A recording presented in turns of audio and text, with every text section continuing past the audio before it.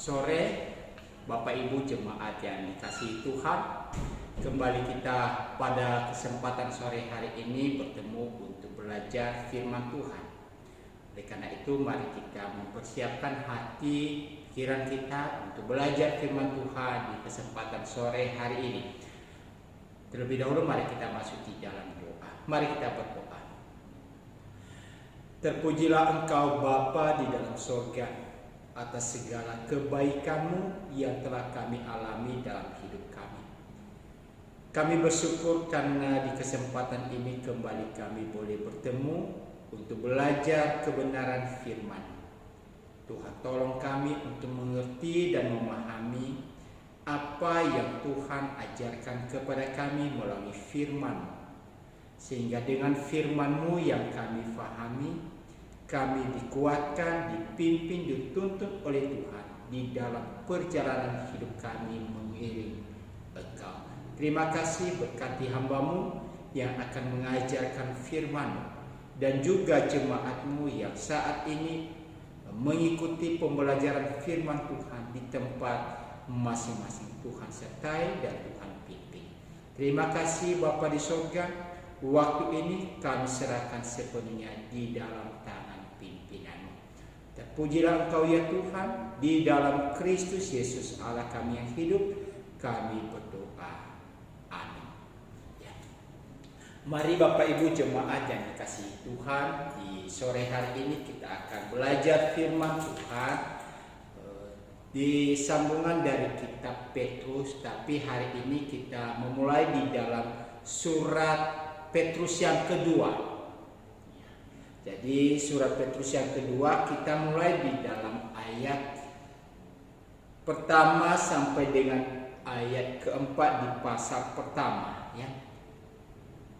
Saya baca kepada kita surat Petrus yang kedua pasal 1 ayat 1 sampai dengan ayat yang keempat.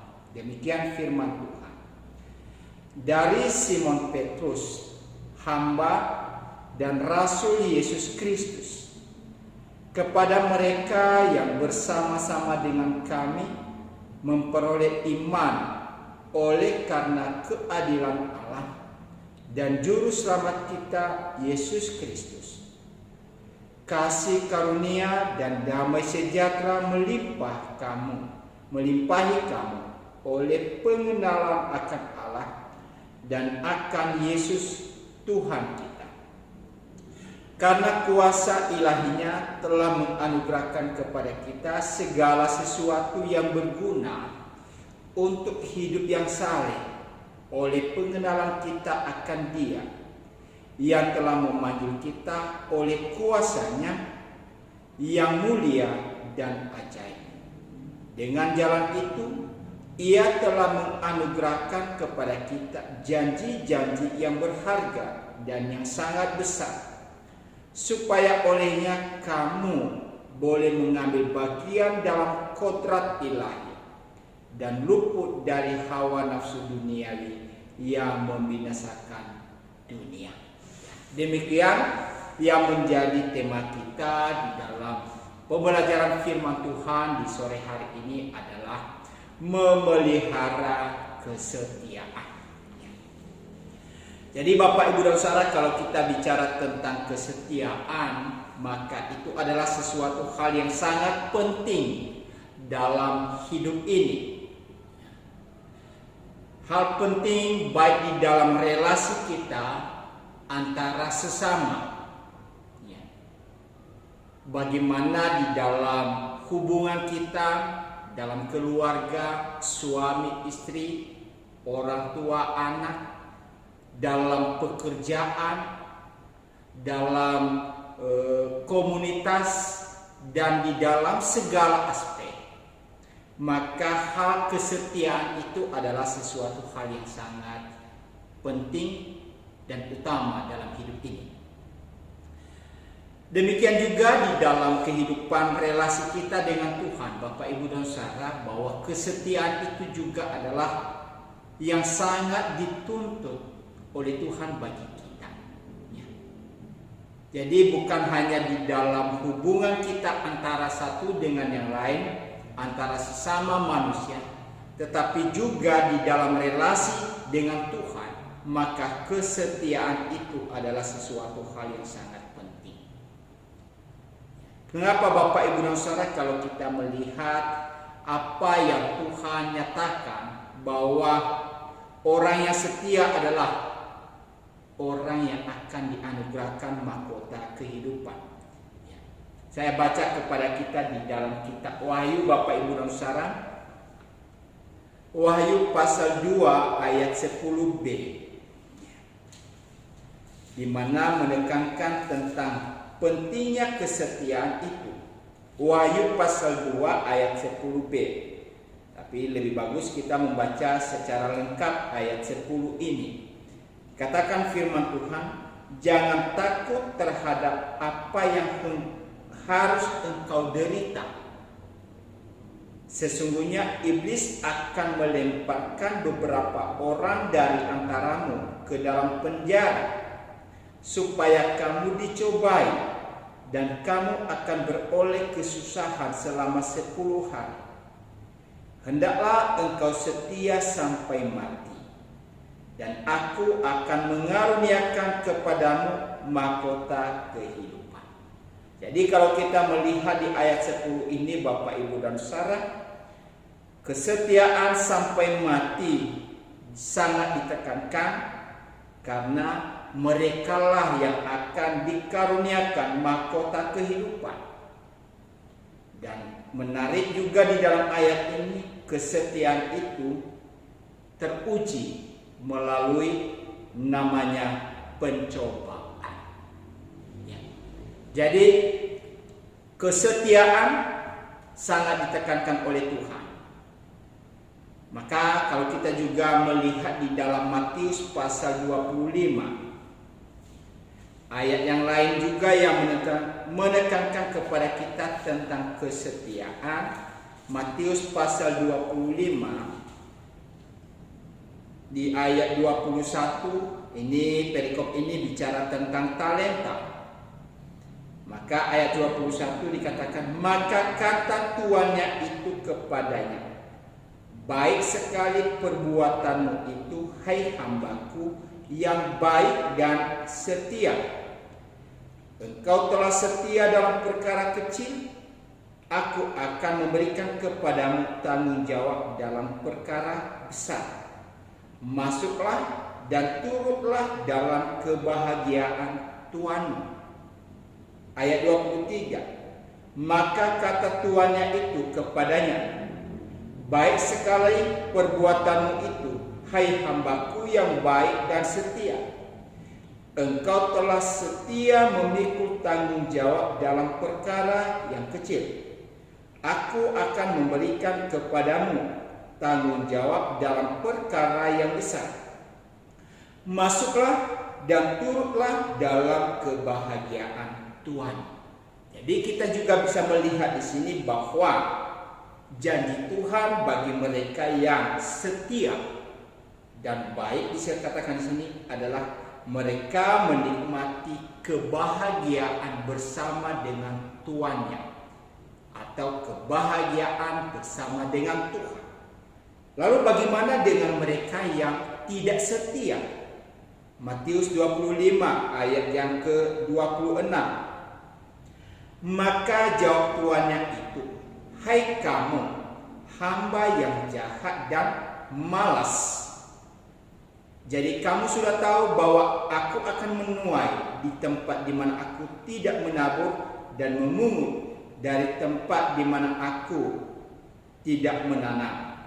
Ayat 20, ayat 30. Dan campakkanlah hamba yang tidak berguna itu ke dalam kegelapan yang paling gelap. Di sanalah akan terdapat ratap dan kertak gigi. Ya, jadi di dalam hal ini Bapak Ibu dan Saudara, ayat 26. Kalau kita tadi melihat ayat 21 dan 23, di mana dikontraskan antara hamba yang baik dan setia. Hamba yang baik, lawan katanya di situ adalah hamba yang jahat. Tapi Kalau hamba yang setia, maka dilawan kata menurut ayat 26 itu adalah hamba yang malas. Ya. Jadi kita bisa melihat di sini bagaimana perbedaan antara kesetiaan itu dalam hidup ini dan apa upah yang akan didapatkan di dalam kesetiaan itu. Kesetiaan tadi, maka mereka akan turut di dalam kebahagiaan tuannya. Tapi mereka yang tidak setia atau malas, maka mereka akan dicampakkan ke dalam kegelapan yang paling gelap. Di dalam ayat Matius 25 ayat yang ke-30. Jadi pentingnya bagaimana kita memelihara kesetiaan di dalam hidup ini, di dalam segala aspek, lebih-lebih di dalam mengikut Tuhan atau di dalam kita mengiring Tuhan dalam perjalanan hidup kita sebagai umat Tuhan. Maka kembali di dalam konteks 2 Petrus pasal 1 ayat yang pertama sampai dengan keempat, maka kita harus melihat Bapak Ibu dan Saudara, apa yang menjadi tujuan daripada Petrus menulis suratnya yang kedua ini. Ya. Di dalam surat pertama juga diajarkan beberapa hal yang berkaitan dengan apa yang harus dilakukan oleh orang-orang percaya. Dan juga di dalam ayat yang kedua, surat yang kedua ini, Petrus juga kemudian menjelaskan apa tujuan daripada suratnya. Maka kalau kita melihat Bapak Ibu dan Saudara, tujuan surat Petrus yang kedua ini yang pertama yaitu memberikan semangat kepada orang-orang Kristen di dalam penderitaan mereka. Jadi Bapak Ibu dan Saudara, orang-orang yang sangat atau sedang menghadapi yang namanya penderitaan, maka mereka membutuhkan yang namanya dukungan. Ya. Entah itu dukungan dalam bentuk doa, dukungan dalam bentuk semangat, dukungan dalam bentuk hal-hal yang membuat mereka melihat bahwa penderitaan yang mereka hadapi itu tidak ada apa-apanya dibandingkan dengan sesuatu yang akan mereka dapatkan di kemudian hari. Jadi kita bisa melihat di sini Bapak Ibu dan Saudara bahwa setiap orang dalam keadaan terpuruk, dalam keadaan menderita, maka mereka perlu diberikan semangat. Jadi siapapun dia, kalau konteks pada zaman itu mereka menderita oleh karena penganiayaan, maka Petrus memberikan semangat kepada mereka supaya mereka tidak menjadi lemah dalam iman mereka, tetapi mereka tetap menunjukkan kesetiaan sekalipun ya, penderitaan yang mereka alami adalah sangat berat. Kalau di dalam kehidupan kita sekarang ini juga penting yang namanya semangat, lebih-lebih dalam situasi-situasi yang sedang kita hadapi saat ini Bapak Ibu dan Saudara. Perjalanan rohani kita, pertumbuhan iman kita, tentu kita harus pupuk dengan baik. Dan semangat itu terus harus ada. Jangan karena kondisi atau keadaan yang sedang kita hadapi, di mana kita tidak bisa beribadah bersama, dengan batasan tertentu Bapak Ibu dan Saudara, tapi jangan membuat iman kita menjadi lemah. Inilah perlunya yang namanya semangat dalam hidup. Jadi Petrus menulis ini supaya mereka diberikan semangat yang baru dan berkobar-kobar di dalam segala situasi yang mereka hadapi.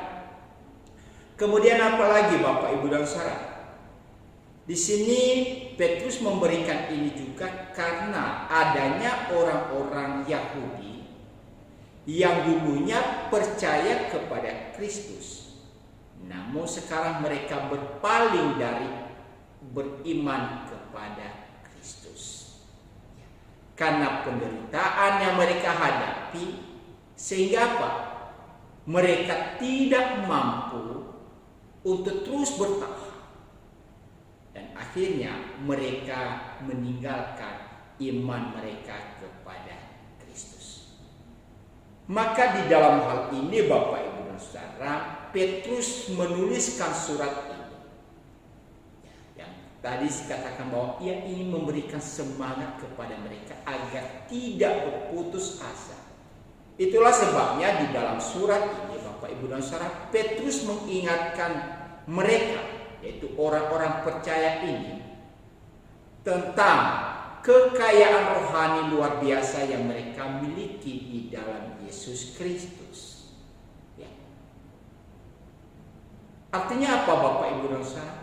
Bahwa Petrus mengingatkan orang percaya yang pada waktu itu sedang menderita itu, agar mereka tidak berpaling dari iman kepada Kristus, atau meninggalkan Kristus, atau berputus asa oleh karena penderitaan yang mereka hadapi. Tapi Petrus ingin menjelaskan kepada mereka tentang apa? Kekayaan rohani yang mereka miliki, harapan-harapan yang mereka akan dapatkan. Sehingga apa? Ketika mereka harus melewati penderitaan itu, mereka tetap bertahan, mereka tetap setia. Jadi di kitab Wahyu juga, mereka yang bertahan, ya, yang tetap setia, bertahan di dalam penderitaan, pencobaan, maka mereka dianugerahkan mahkota kehidupan. Ini sama pemahamannya di dalam apa yang dijelaskan oleh Petrus di dalam suratnya ini. Ia ingin memberikan pengertian kekayaan rohani yang mereka hadapi atau mereka miliki. Ia ingin juga mereka melihat upah besar yang akan mereka dapatkan jika mereka tetap bertahan di tengah-tengah penderitaan itu. Ada sesuatu harapan-harapan yang harus mereka miliki dan mereka akan raih. Tentu harapan itu bukan sekarang, tetapi pada waktunya nanti Tuhan menyatakan itu. Itulah yang memberikan kepada mereka, diberikan motivasi, diberikan semangat agar terus bertahan atau terus setia di dalam mengiring Tuhan. Lebih-lebih Bapak Ibu dan Saudara, agar mereka juga tidak mudah diombang-ambingkan berbagai hal-hal yang membuat mereka beralih dari keyakinan kepada Kristus. Petrus mempersiapkan umat Tuhan itu untuk menghadapi ajaran-ajaran palsu ini. Ya. Ajaran-ajaran yang menyesatkan, yang akhirnya mereka beralih dari beriman kepada Kristus, kemudian meninggalkan Kristus. Ya.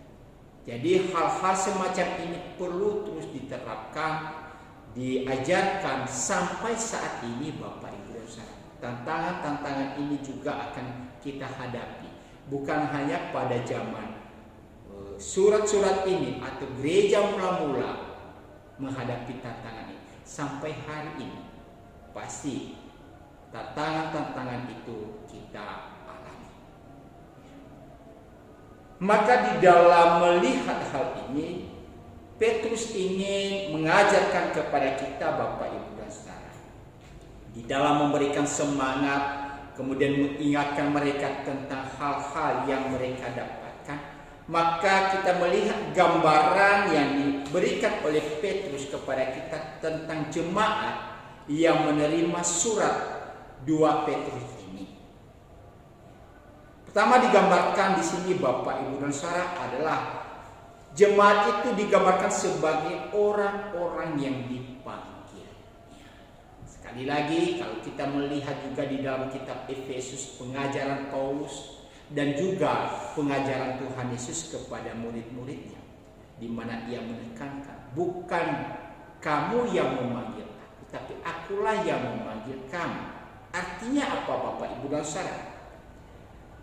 Bahwa kalau kita melihat tentang diri kita, sebenarnya kita tidak layak menerima janji-janji Tuhan. Kita tidak layak untuk mendapatkan anugerah daripada Tuhan. Kita tidak layak untuk mendapatkan segala berkat-berkat Tuhan dalam hidup ini. Itulah sebabnya di dalam ayat ini juga Petrus mengingatkan kita tentang apa? Bahwa kalau kita hari ini, jemaat-jemaat yang diberikan surat ini boleh menikmati segala kekayaan rohani ini disebabkan oleh karena apa? Mereka adalah orang-orang yang dipanggil oleh Tuhan. Diberikan panggilan oleh Tuhan. Sehingga apa? Melalui panggilan itu, kemudian mereka diwujudkan di dalam apa? Mereka adalah orang-orang yang memang dipilih sesuai dengan rencana Allah Bapa kita. Kembali kalau kita melihat di dalam surat yang pertama dari Petrus ayat pasal 1 ayat yang kedua. Saya baca kepada kita sekali lagi, ini pembelajaran di dalam kitab Petrus yang pertama, yaitu orang-orang yang dipilih sesuai dengan rencana Allah. Jadi dia mengingatkan mereka tentang sesuatu hal yang akan mereka dapatkan kelak itu. Dan dia menekankan kepada mereka untuk terus bertahan, untuk terus memelihara kesetiaan mereka. Oleh karena apa? Mereka adalah orang-orang yang telah dipilih oleh Tuhan sesuai dengan rencana Tuhan dalam hidup mereka. Sungguh berbahagia kita Bapak Ibu dan Saudara, kalau dalam hidup ini kita adalah orang-orang yang dipilih sebenarnya oleh Tuhan. Orang-orang yang sudah masuk di dalam rencana Allah untuk menganugerahkan kepada kita sesuatu hal yang besar nilainya di kemudian hari.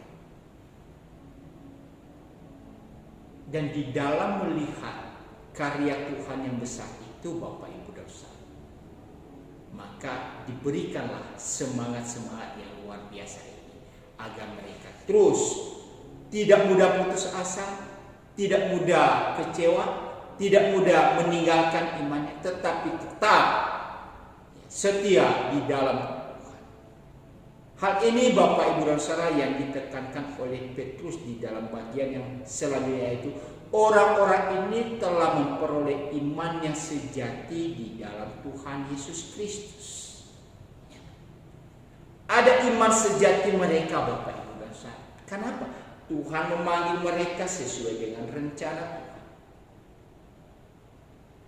Maka mereka adalah orang-orang yang seharusnya setia, dan itulah menunjukkan bahwa mereka adalah memiliki iman yang sejati di dalam Tuhan. Jadi di sini juga Petrus mengingatkan mereka Bapak Ibu dan Saudara bahwa iman sejati itu berbeda dengan iman palsu daripada para bidat-bidat atau yang mengajarkan pengajaran-pengajaran palsu pada waktu itu. Ya.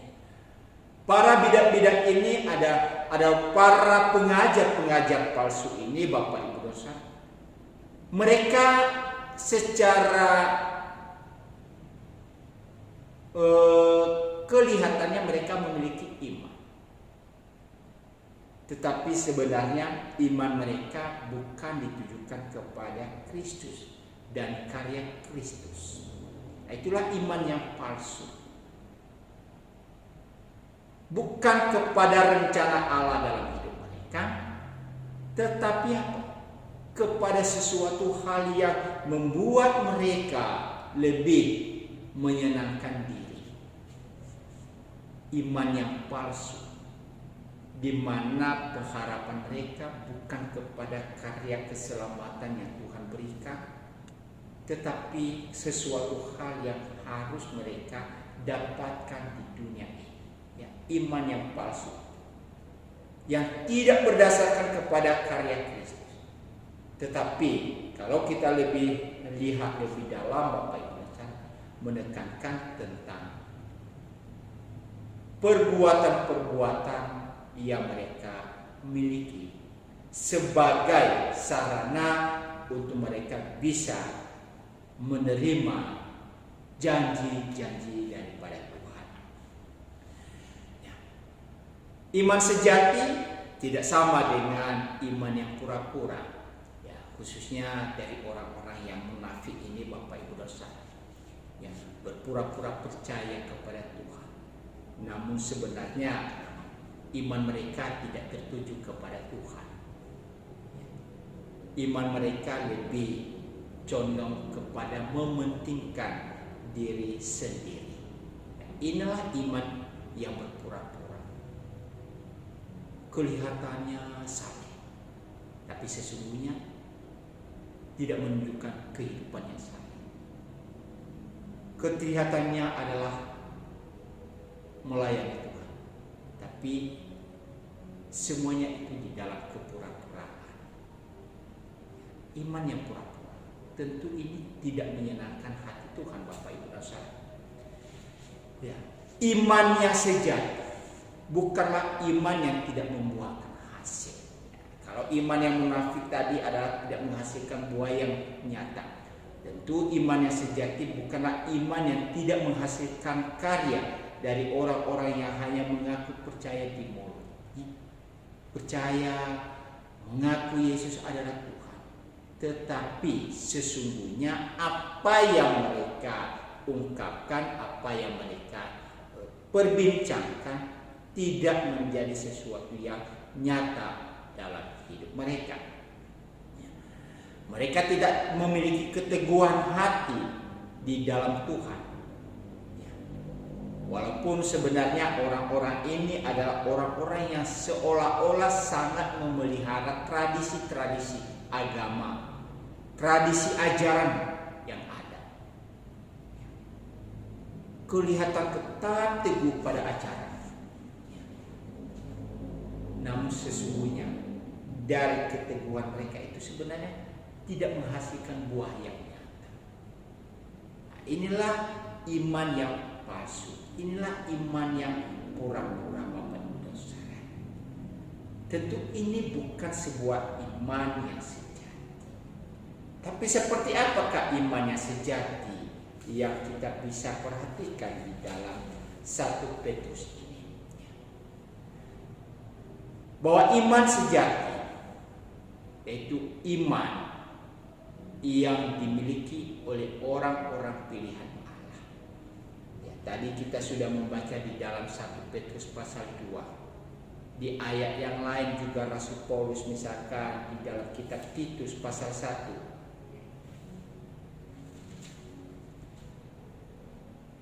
Titus pasal 1 ayat 1 saya baca, dari Paulus hamba Allah dan Rasul Yesus Kristus untuk memelihara iman orang-orang pilihan Allah dan pengetahuan akan kebenaran seperti yang nampak dalam ibadah kita. Iman sejati dikatakan sini adalah iman daripada orang-orang pilihan Allah. Tapi tentu hal ini, Bapak Ibu dan Saudara, sesuatu hal yang sulit untuk kita lihat. Bagaimana kita bisa membuktikan bahwa seseorang itu adalah memiliki iman yang sejati karena dia adalah orang pilihan Allah? Tentu untuk memiliki iman yang sejati, Bapak Ibu dan Saudara, hal yang perlu kita sadari bahwa iman sejati bukan dihasilkan oleh karena usaha pekerjaan manusia atau oleh karena orang percaya itu sendiri melakukan sesuatu dalam hidupnya.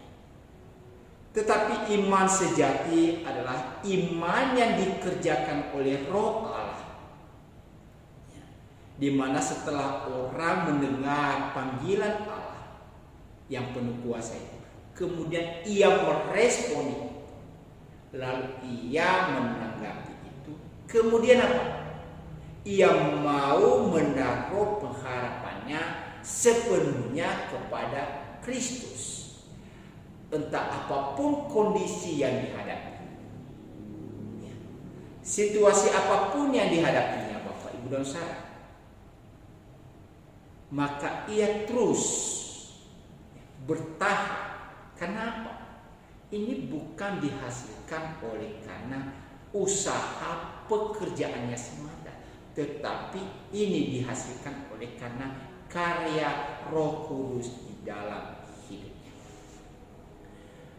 Maka kalau kita melihat contoh iman yang sejati di sini Bapak Ibu dan Saudara,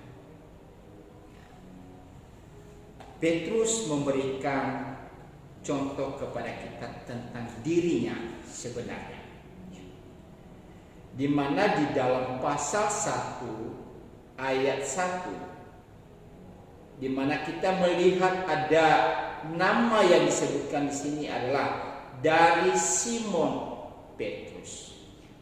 Simon Petrus, padahal orangnya ini sama sebenarnya.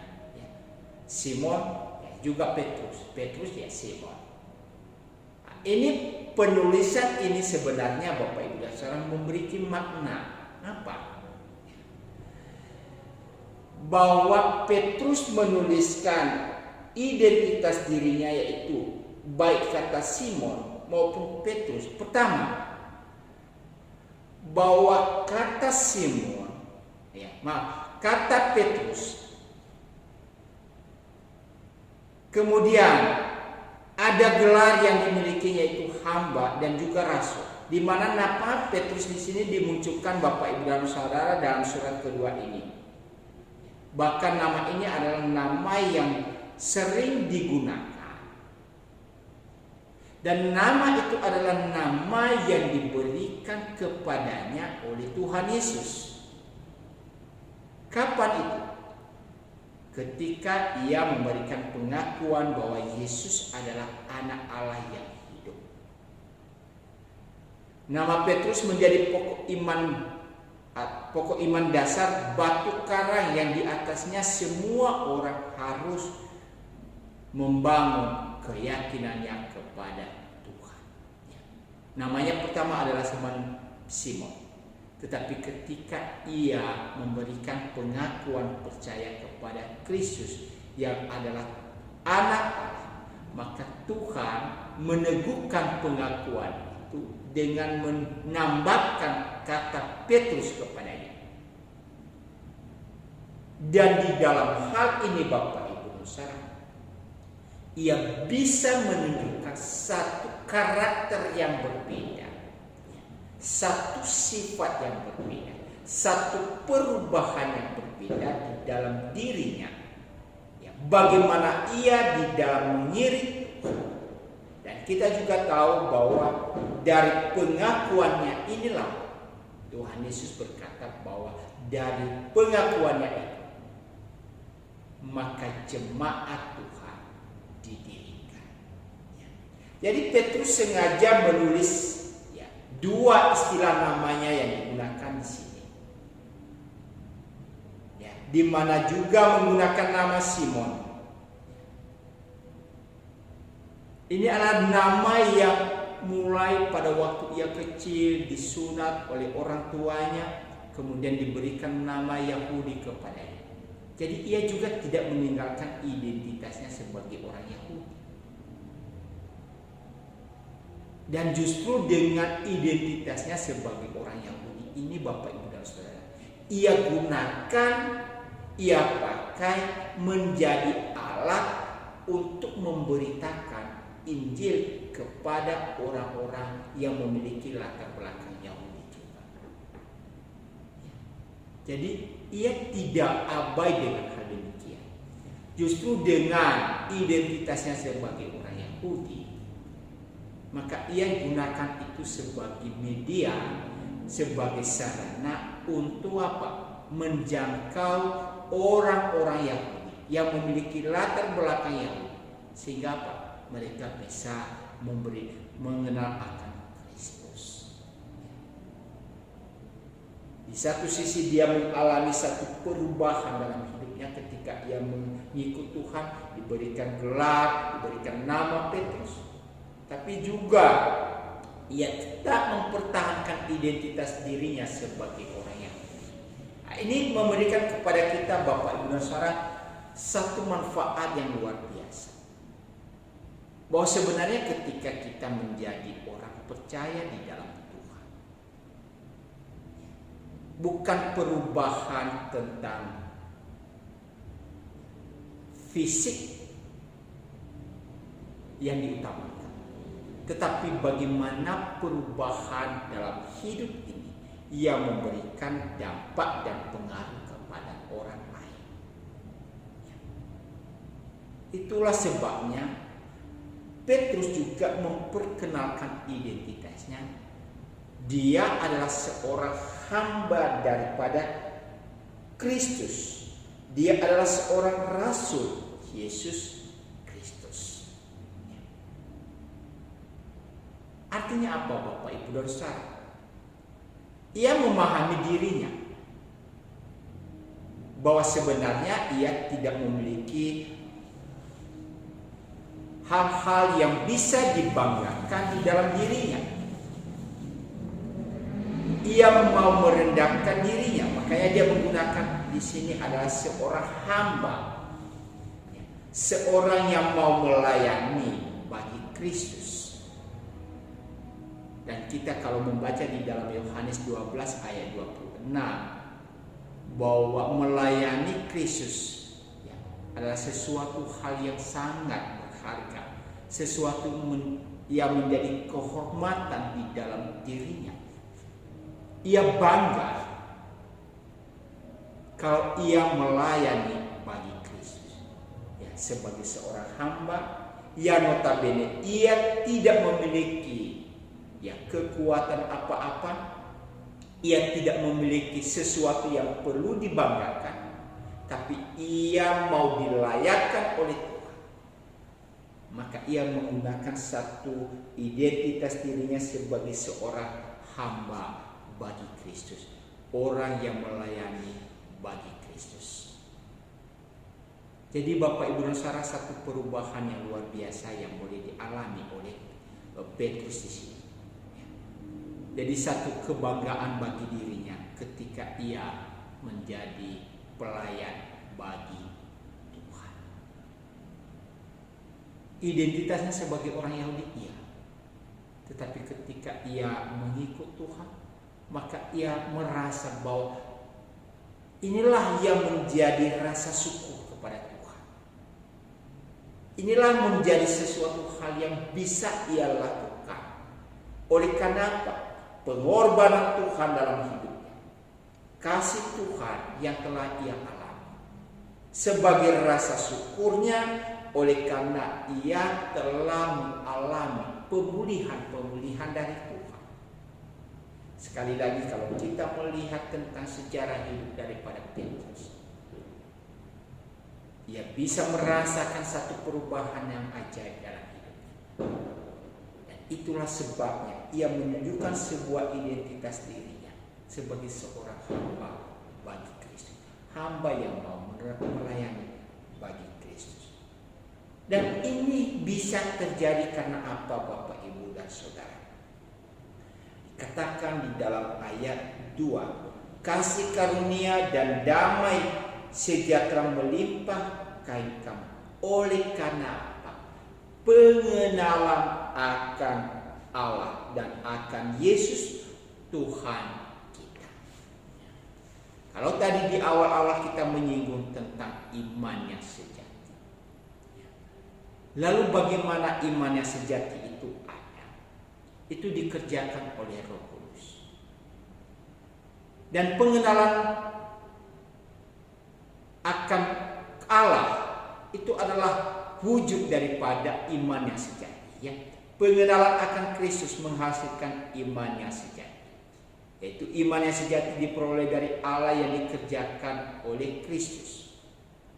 Iman sejati yang membawa keselamatan merupakan kasih karunia daripada Allah. Artinya apa Bapak Ibu dan Saudara? Bahwa iman yang sejati meneguhkan kita di dalam pengharapan keselamatan kita, dan semata-mata itu karena anugerah daripada Tuhan. Iman yang sejati juga menuntun orang untuk hidup benar, ya. Orang yang benar akan hidup oleh karena iman. Jadi di tengah-tengah penderitaan yang mereka hadapi, di tengah-tengah keadaan-keadaan yang mereka hadapi, sekalipun kalau orang itu memiliki iman yang sejati, Bapak Ibu dan Saudara, maka ia akan bisa bertahan. Ia akan tetap setia. Ia akan tetap menunjukkan, ya, kesetiaannya di dalam mengiring Tuhan, apapun resiko yang dihadapinya. Inilah baru dikatakan dengan iman yang sejati. Kalau iman yang palsu, Bapak Ibu dan Saudara, maka ia tidak akan pernah bisa bertahan. Iman yang pura-pura juga tidak akan pernah bisa bertahan di dalam menghadapi situasi apapun juga. Tetapi iman yang sejati akan terus bertahan. Oleh kenapa? Roh Kudus terus bekerja di dalam hidupnya. Bahkan iman sejati tadi akan menghasilkan penghiburan dalam hidupnya. Oleh karena apa? Ia bisa menikmati hidup ini sekalipun ada tantangan-tantangan dan penderitaan yang dihadapi. Karena dia memiliki satu pengharapan ke depan. Inilah iman yang sejati. Iman yang terus bertahan di tengah-tengah kondisi apapun yang dialami. Ia tidak mudah putus asa. Tetapi iman yang sejati adalah orang-orang yang memang di dalam hidupnya ia telah menerima anugerah keselamatan. Ia telah dianggap benar oleh Allah. Ia telah memiliki pembebasan dari segala dosa. Jadi Bapak Ibu dan Saudara, orang yang memiliki iman sejati dalam hidupnya, maka ia bisa melihat betapa besar anugerah Tuhan dalam hidupnya, yaitu anugerah pengampunan dari segala dosa.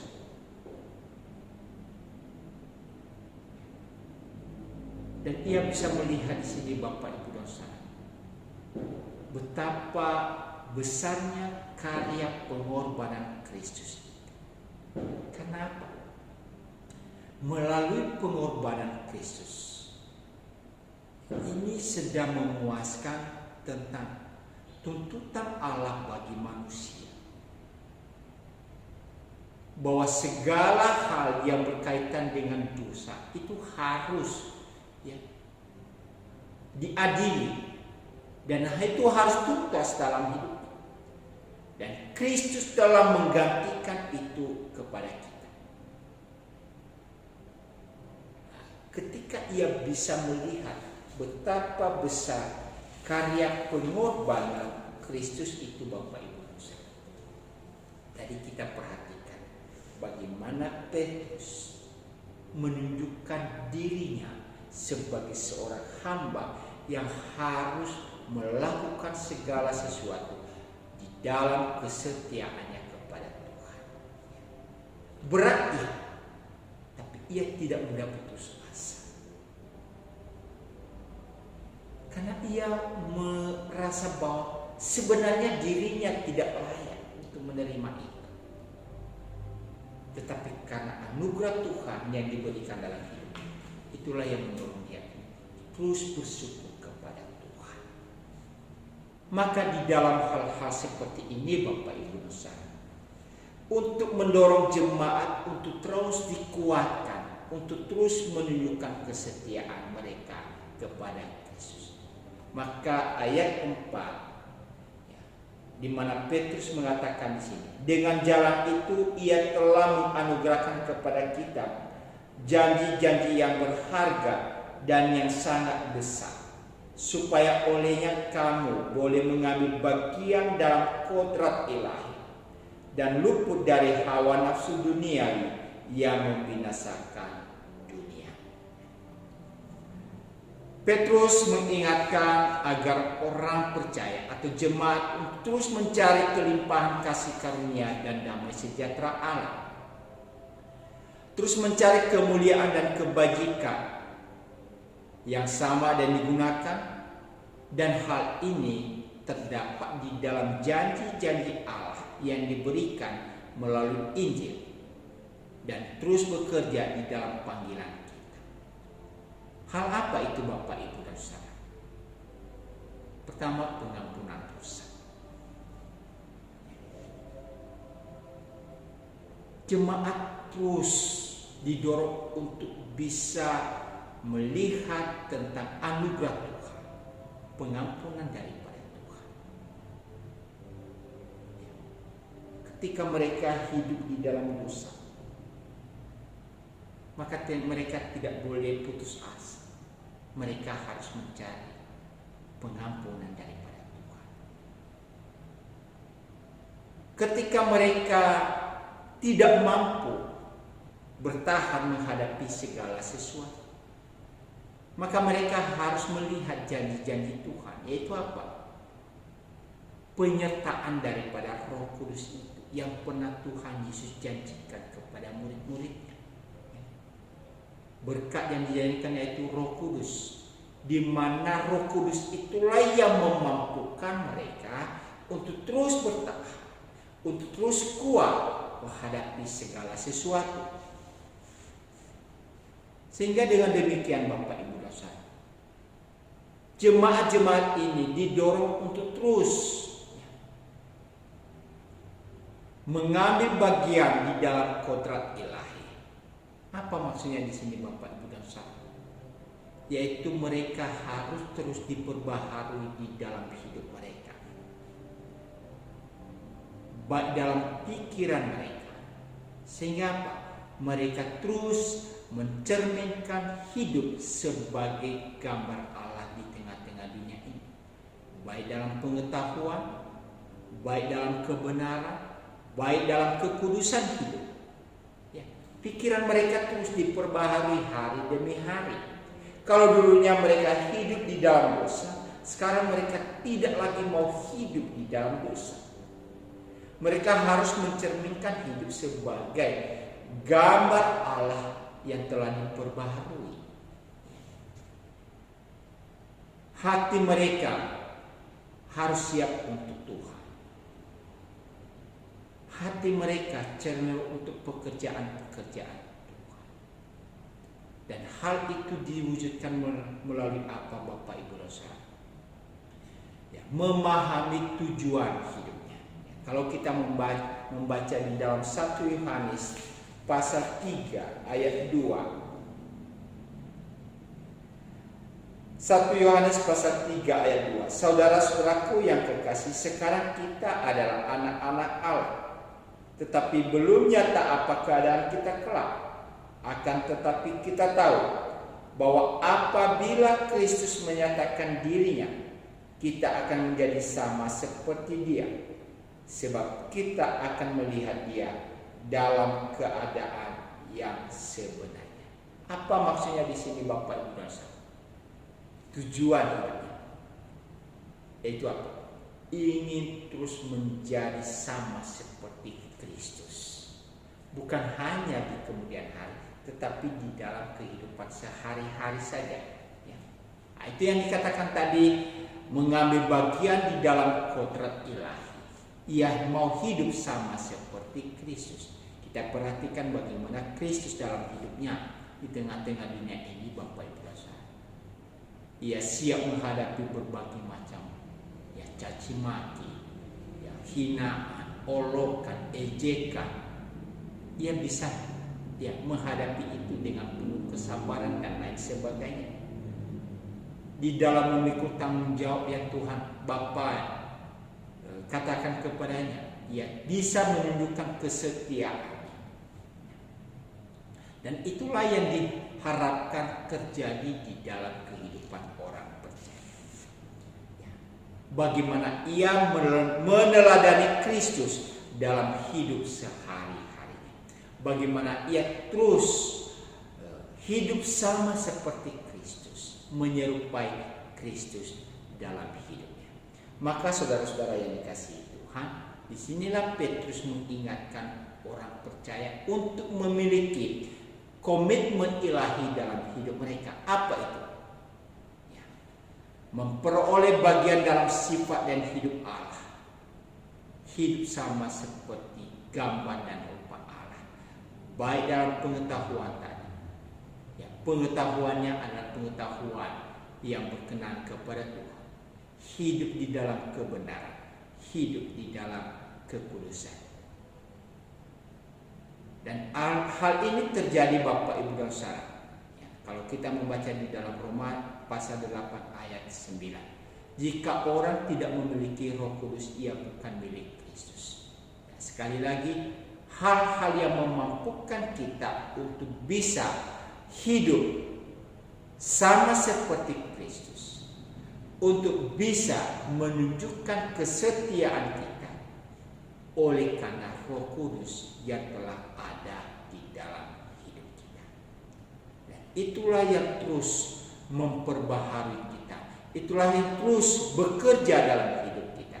Itulah yang terus menunjuk sesuatu dalam kehidupan kita, sehingga kita hidup baru di dalam Kristus. Di mana di dalam hidup baru dalam Kristus itu kita menunjukkan kehidupan penyerahan diri. Hidup di dalam ketaatan, hidup di dalam pimpinan Tuhan dalam seluruh perjalanan hidup kita. Taat pada kehendak Tuhan, taat pada apa yang Tuhan mau, taat pada rencana Allah dalam hidup kita. Ketika ketaatan itu ada, Bapak Ibu, dan itulah menunjukkan bahwa kita memiliki kesetiaan. Hidup di dalam kesetiaan dan memelihara kesetiaan kepada Tuhan.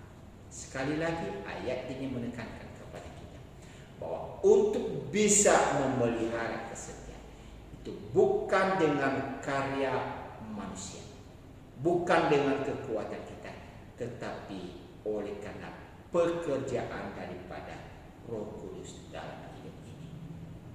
Maka Bapak Ibu dan Saudara, mari hidup di dalam penyerahan kepada Tuhan, hidup di dalam ketaatan sepenuhnya kepada Tuhan, hidup di dalam kerelaan untuk dipimpin oleh Tuhan hari lepas hari. Wujudkanlah kesetiaan itu sekalipun ada banyak tantangan yang kita hadapi dalam hidup ini. Amin. Untuk pembelajaran firman Tuhan, mari kita masuk di dalam.